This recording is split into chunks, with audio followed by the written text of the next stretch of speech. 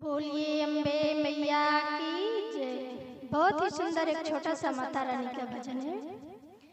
रथ हिलत जाए रथ डोलत जाए मैया खड़ी पर्वत पर हो।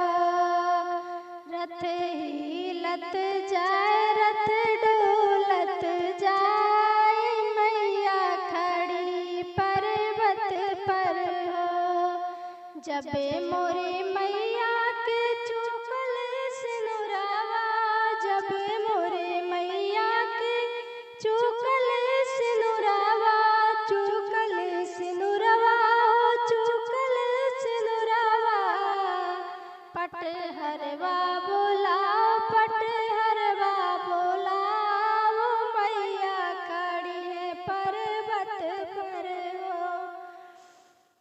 रथ हिलत जाए रथ डोलत जाए मैया खड़ी पर्वत पर हो। जब मोरे मैया के चुकल गजरवा, जब मोरे मैया के चुकल गजरवा।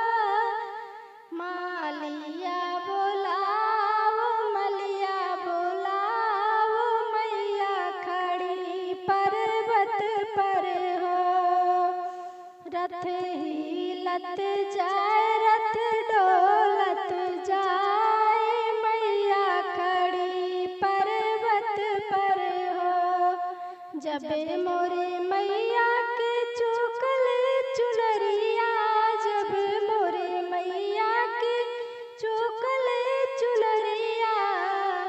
बाजजवा बोलाओ बाजजवा बोलाओ मैया खड़ी पर्वत पर हो।